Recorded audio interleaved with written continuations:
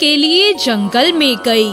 शाम ढलने ही वाली थी कि उसने देखा एक बाघ उसकी तरफ दबे पांव आ रहा था।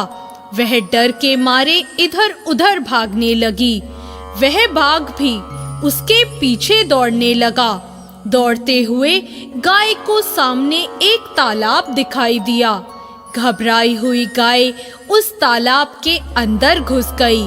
वह बाघ भी उसका पीछा करते हुए तालाब के अंदर घुस गया। तब उन्होंने देखा कि वह तालाब बहुत गहरा नहीं था, उसमें पानी कम था और वह कीचड़ से भरा हुआ था। उन दोनों के बीच दूरी काफी कम हो गई, लेकिन अब वह दोनों कुछ भी नहीं कर पा रहे थे। वह गाय उस कीचड़ के अंदर धीरे धीरे धंसने लगी। वह बाघ भी उसके पास होते हुए भी उसे पकड़ नहीं पा रहा था। वह भी धीरे धीरे कीचड़ के अंदर धंसने लगा।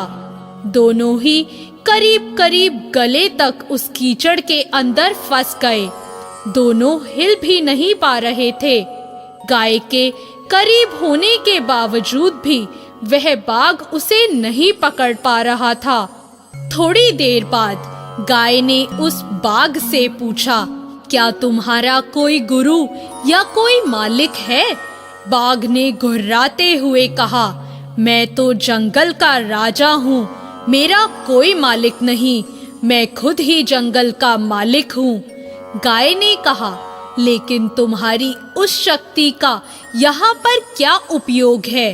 उस बाघ ने कहा, तुम भी तो फंस गई हो और मरने के करीब हो, तुम्हारी भी तो हालत मेरे ही जैसी है। गाय ने मुस्कुराते हुए कहा, बिल्कुल नहीं, मेरा मालिक जब शाम को घर आएगा और मुझे वहां नहीं पाएगा तो वह ढूंढते हुए यहाँ जरूर आएगा और मुझे इस कीचड़ से निकाल कर अपने घर ले जाएगा। लेकिन तुम्हें कौन ले जाएगा? थोड़ी ही देर में सच ही में एक आदमी वहां पर आया और गाय को कीचड़ से निकालकर अपने घर ले गया। जाते समय गाय और उसका मालिक दोनों एक दूसरे की तरफ कृतज्ञतापूर्वक देख रहे थे। वे चाहते हुए भी उस बाघ को कीचड़ से नहीं निकाल सकते थे, क्योंकि उन्हें अपनी जान का खतरा था। दोस्तों, किसी पर निर्भर नहीं होना अच्छी बात है, लेकिन मैं ही सब हूँ, मुझे किसी के सहयोग की कोई आवश्यकता नहीं है, यही अहंकार है और यहीं से विनाश का बीजारोपण हो जाता है।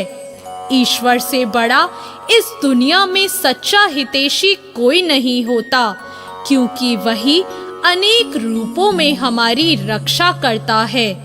दोस्तों, हमारी इस कहानी में गाय समर्पित हृदय का प्रतीक है, बाघ अहंकारी मन का प्रतीक है और मालिक ईश्वर का प्रतीक है। कीचड़ यह संसार है और यह संघर्ष अस्तित्व की लड़ाई है। तो दोस्तों, कैसी लगी आपको हमारी ये कहानी? ऐसी और नई कहानियों के लिए हमारे चैनल को तुरंत सब्सक्राइब करें। धन्यवाद। के लिए जंगल में गई। शाम ढलने ही वाली थी कि उसने देखा एक बाघ उसकी तरफ दबे पांव आ रहा था। वह डर के मारे इधर उधर भागने लगी। वह बाघ भी उसके पीछे दौड़ने लगा। दौड़ते हुए गाय को सामने एक तालाब दिखाई दिया। घबराई हुई गाय उस तालाब के अंदर घुस गई। वह बाघ भी उसका पीछा करते हुए तालाब के अंदर घुस गया। तब उन्होंने देखा कि वह तालाब बहुत गहरा नहीं था, उसमें पानी कम था और वह कीचड़ से भरा हुआ था। उन दोनों के बीच दूरी काफी कम हो गई, लेकिन अब वह दोनों कुछ भी नहीं कर पा रहे थे। वह गाय उस कीचड़ के अंदर धीरे धीरे धंसने लगी। वह बाघ भी उसके पास होते हुए भी उसे पकड़ नहीं पा रहा था। वह भी धीरे धीरे कीचड़ के अंदर धंसने लगा।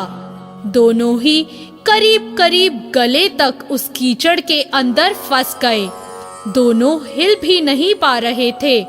गाय के करीब होने के बावजूद भी वह बाघ उसे नहीं पकड़ पा रहा था। थोड़ी देर बाद गाय ने उस बाघ से पूछा, क्या तुम्हारा कोई गुरु या कोई मालिक है? बाघ ने घुर्राते हुए कहा, मैं तो जंगल का राजा हूँ, मेरा कोई मालिक नहीं, मैं खुद ही जंगल का मालिक हूँ। गाय ने कहा, लेकिन तुम्हारी उस शक्ति का यहाँ पर क्या उपयोग है? उस बाघ ने कहा, तुम भी तो फंस गई हो और मरने के करीब हो, तुम्हारी भी तो हालत मेरे ही जैसी है। गाय ने मुस्कुराते हुए कहा, बिल्कुल नहीं, मेरा मालिक जब शाम को घर आएगा और मुझे वहां नहीं पाएगा तो वह ढूंढते हुए यहाँ जरूर आएगा और मुझे इस कीचड़ से निकाल कर अपने घर ले जाएगा। लेकिन तुम्हें कौन ले जाएगा? थोड़ी ही देर में सच ही में एक आदमी वहां पर आया और गाय को कीचड़ से निकालकर अपने घर ले गया। जाते समय गाय और उसका मालिक दोनों एक दूसरे की तरफ कृतज्ञता पूर्वक देख रहे थे। वे चाहते हुए भी उस बाघ को कीचड़ से नहीं निकाल सकते थे क्योंकि उन्हें अपनी जान का खतरा था। दोस्तों, किसी पर निर्भर नहीं होना अच्छी बात है, लेकिन मैं ही सब हूँ, मुझे किसी के सहयोग की कोई आवश्यकता नहीं है, यही अहंकार है और यहीं से विनाश का बीजारोपण हो जाता है। ईश्वर से बड़ा इस दुनिया में सच्चा हितैषी कोई नहीं होता, क्योंकि वही अनेक रूपों में हमारी रक्षा करता है। दोस्तों, हमारी इस कहानी में गाय समर्पित हृदय का प्रतीक है, बाघ अहंकारी मन का प्रतीक है और मालिक ईश्वर का प्रतीक है। कीचड़ यह संसार है और यह संघर्ष अस्तित्व की लड़ाई है। तो दोस्तों, कैसी लगी आपको हमारी ये कहानी? ऐसी और नई कहानियों के लिए हमारे चैनल को तुरंत सब्सक्राइब करें। धन्यवाद।